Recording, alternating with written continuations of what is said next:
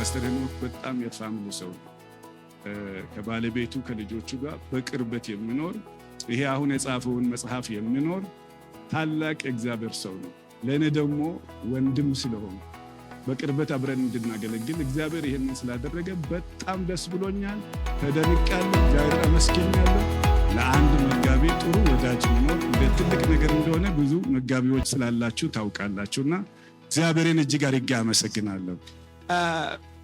ከሄኖክ ደብዳቤ ኢሜል ካገኛችሁ የሚፈርምበት ጥቅስ አለ። የሚፈርመው ጥቅስ ማቴዎስ 7:12 ነው። የህይወቱ ጥቅስ ስለሆነ ማለት ነው። ያ ጥቅስ እንደምታውቁት ሰዎች ሊያደርጉላችሁ የምትወዱትን ሁሉ እናንተም እንዲሁ አድርጉላቸው የሚል ነው። ስለዚህ ይሄ የተራራው ስብከት የህይወቱ መጽሐፍ እንደሆነ እናውቃለን ማለት ነው። ይህንን ነው የሚናገረው።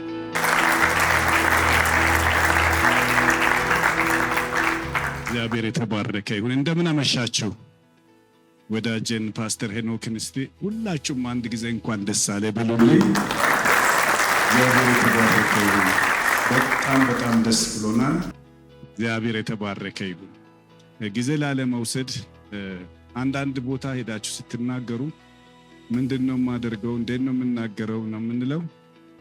አንዳንድ ቦታ ደግሞ ደስ እያለን ነው የምንናገረው። ስለ ወንድሜ ስለ ሄኖክ ትንሽ ምስክርነት ለመስጠት ስቆም በታላቅ ደስታ ነው። ክብር ለጌታ ይሁን። በጣም ወዳጄ ነው። በጣም ነው የምንደዋወለው። በጣም ነው በጸሎት የምንደጋገፈው። መጀመሪያ ሄኖክን ያየሁት ጊዜ ሳንዲያጎ ነበረ። ከ21 ዓመት በፊት የተራራውን ስብከት መጽሐፍ ከማንበቡ በፊት ማለት ነው። እና ሳንዲያጎ ውስጥ የሳንዲያጎ አብያተ ክርስቲያናት እሱ የረፍት ቫሊ ሳልቬሽን ጌት የሚባል ወይም ደግሞ የመዳን በር የሚባል ሚኒስትሪ ጀምሯል። እና ወደ አሜሪካን መጥቶ ደግሞ በዛ በሳንዲያጎ ቤተክርስቲያን ከተማ አካባቢ አብያተ ክርስቲያናትን አስተባብሮ ይሄን የሚሽን ስራ ለመስራት ያስባል። እና እሱ አንተዋወቅም፣ ግን በከተማው ያለ አንድ ፓስተር እኔን የሚያውቀኝ አንድ ወጣት ሚሽነሪ ለሱ ፈንድሬዝ እናደርጋለንና እባክህ አንተ መጥተህ በእለቱ አገልግል አለኝ። እሺ ብዬ ወደ ሳንዲያጎ ሄድኩኝ እና ጥሩ ፕሮግራም ነበረ። ፕሮግራሙ ካለቀ በኋላ ፓስተር ሄኖክ ደግሞ የመጨረሻ የመዝጊያ ንግግር ለማድረግ ወደፊት መጣ። ዛሬ እንደምታዩት ሳይሆን በጣም የሚያምር ወጣት ልጅ ብላቴናው ሲመጣ የደስ ነበረውና ሳሙኤልም አይቶ ወደደው እንደሚለው የሚገርም ሰው ነበር። እግዚአብሔር የተባረከ ይሁን።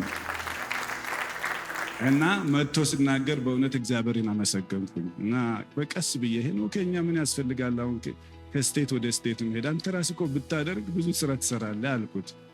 ከዛ በኋላ እንደ ሚሽነሪ ብቻ ሳይሆን ደግሞ እንደ ፓስተር ታምፓና ካንሳስ ቤተክርስቲያን ማገልገል ጀመረ። በእውነት በሄደበት ስፍራ በሙሉ እግዚአብሔር መከናወን የሰጠው የእግዚአብሔር ሰው ነውና እዛ እያለን ግን ማለፍ የማልፈልገው ዛሬ እኔንም ዶክተር ማርቆስንም ሌሎች ወንድሞችንም በተለይ ደግሞ 7 ወዳጆች ብለን ኪንግደም ሚሽን አላያንስ የሚባል የሚሽን ድርጅት አብረን ጀምረናል። ለዛ ሁሉ መነሻው ፓስተር ሄኖክ ነው። ፓስተር ሄኖክ በኮሮና ዘመን ጥቂቶቻችንን በዙም አስገብቶ ኮንፈረንስ አደረግን። የእግዚአብሔር ነገር ነው። እግዚአብሔር አስተሳሰረን። ፓስተር ሄኖክን በጣም እንዳውቀው የበለጠ እንዳውቀው ረዳኝ። ብዙ በረከቶች እግዚአብሔር መቼም ያው መላእክትን አይደለም የሚልከው ሰዎችን ነው ለሰው የሚሰጠው። ለኔ ፐርሰናሊ በጣም የቅርበ ብዙ የምንደዋወል እንደው 2 ቀን ካለፈ በጣም እሱም ቅር ይለዋል እኔም ቅር ይለኛል። ፓስተር ሄኖክ ደውሎ ለኔ ተሳስቶ ፓስተር እንደሻ ወይም ሌላ ስም ሰጥቶኝ አቅም ወዳጄ እንደምን ብለህ ነው። ለአንድ መጋቢ ጥሩ ወዳጅ መኖር እንደ ትልቅ ነገር እንደሆነ ብዙ መጋቢዎች ስላላችሁ ታውቃላችሁና እግዚአብሔርን እጅግ አድርጌ አመሰግናለሁ። ሶስተኛ ደግሞ መናገር የሚፈልገው ስለ ቤተሰቡ ነው። ፓስተር ሄኖክ በጣም የፋሚሊ ሰው ከባለቤቱ ከልጆቹ ጋር በቅርበት የሚኖር ይሄ አሁን የጻፈውን መጽሐፍ የሚኖር ታላቅ እግዚአብሔር ሰው ነው። ለእኔ ደግሞ ወንድም ስለሆነ በቅርበት አብረን እንድናገለግል እግዚአብሔር ይሄንን ስላደረገ በጣም ደስ ብሎኛል። ተደንቄያለሁ። እግዚአብሔርን አመስግኛለሁ። እንደምታዩት ሊደር ነው። በቃ መሪ ይወለዳል ወይስ ያድግበታል የሚል ብዙ ሞጋች ሐሳቦች አሉ። ፓስተር ሄኖክ ይሄ ይሁን ያ ይሁን ብቻ መሪ ነው። ጌታ የተባረከ ይሁን። እና አሁን እንደምታውቁት በሰሜን አሜሪካ አብያተ ክርስቲያናት ህብረት የቦርድ ሰብሳቢ ነው። በጣም ትሁት ሰው ነው። እግዚአብሔርን ስላንተ አመሰግናለሁ። ብዙ ጊዜ አልወስ ላይቭ ስለሚመስለኝ ሰሎሜ እንኳን ደስ አለሽ። ተባረክ። እኔም ፓስተር ሄኖክን እንኳን ደስ አለ። በጣም ደስ ብሎናል። መሪ ይወለዳል ወይስ ያድጋል? ከዛ ነው የሚባለው። ይወለዳል። ሳይወለድ ማስ እንዴት ሰው ይሆናል?